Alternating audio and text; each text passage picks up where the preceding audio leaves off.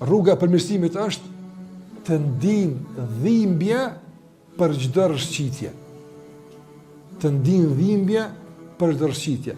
Nuk mund të llogaritet në përmirësim kualitativ apo në qoftë se dështimet e një pasnjëshme nuk na dhimbin. Nuk dha. A ke pa njerëzit, për shembull, njëri i cili rrëshqet njerë me një vend edhe thën dorën. Edhe ka dhimbje noja. Dhe njëjti njëri, apo, me një vend tjetër ka rrëshqit, por as nuk u grith. Në cilin vend ruhet ma shumë tani kur të kalon? Në këto që e ka thy dorën ato. Pse? Po njëjtë aty e rëzuja, këtu kom di dhimbje ato. Andaj, besimtari që donë më u përmirësu, apo, në çdo rrëshqitje që e ka, në çdo humbje mundësie përfitu, Ibn Qayyim thotë kështu: duhet me ndi dhimbje dhe të klidh dhe të bërtet një sikurse bërtet ai që rrezohet. Madje na kanë treguar për disa dietar që ende janë gjallë. Na kanë treguar kështu. Apo i kemi pa të sot kur kanë qenë në udhëtim, për shembull, kanë ndodhur që nga lodhja madhe, nga gjumi, për shembull, ti ik namazin natës. Atë kemi ndëgju duke klidh, duke bërtit në masabajt, që kam gjetë.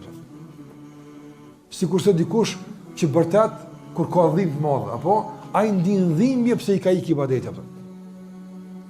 Në që se fillen me ndi dhimbja ma reale, do të me investu në këtë drejtim, atër jemi në rrugë të përmirësimit.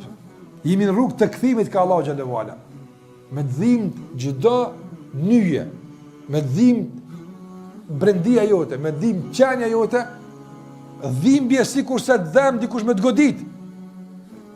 Kur të godet shejtani me qekanin e mëkateve. A në dhem, për shembull, atë dhem me bu me tik namazi sabat në ku. U ik sabat, je qu në oran 9. S'po flasë kuptim shëretik, pejgamberi më ka thonë kur qosh, fale, këtë diçka tjetër. Elhamdulillah, kjo juridikisht është rregulluar. S'po flasë këtë drejtim. Mi po flasë në drejtim të përmirësimit të gjendjes mes tek Allahu xhallahu ala. Me bu me tik namazi sabat, a dhem dikun.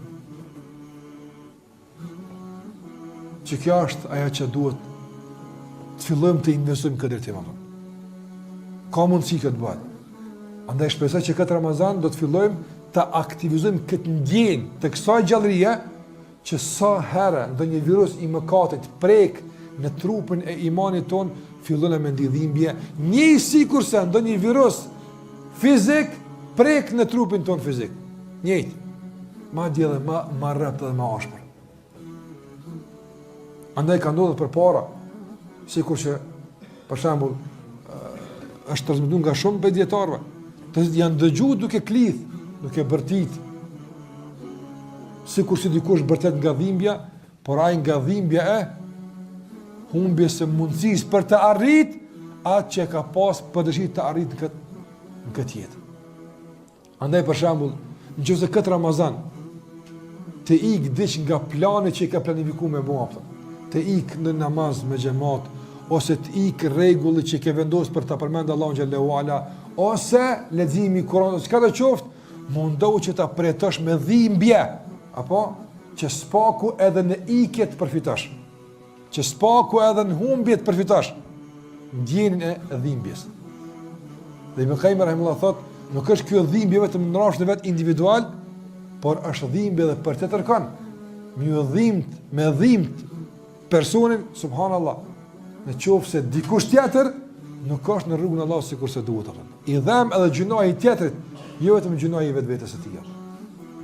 Prandaj kjo rruga e përmirësimit, pa lirim nga pasojat e mëkateve, pa u liruar nga pasojat që na i kanë lënë, traumat, apo dikush që pa dikush për traumat luzi ka me të bërtet, dikush nervozohet, dikush apo edhe na për gjunave kena trauma.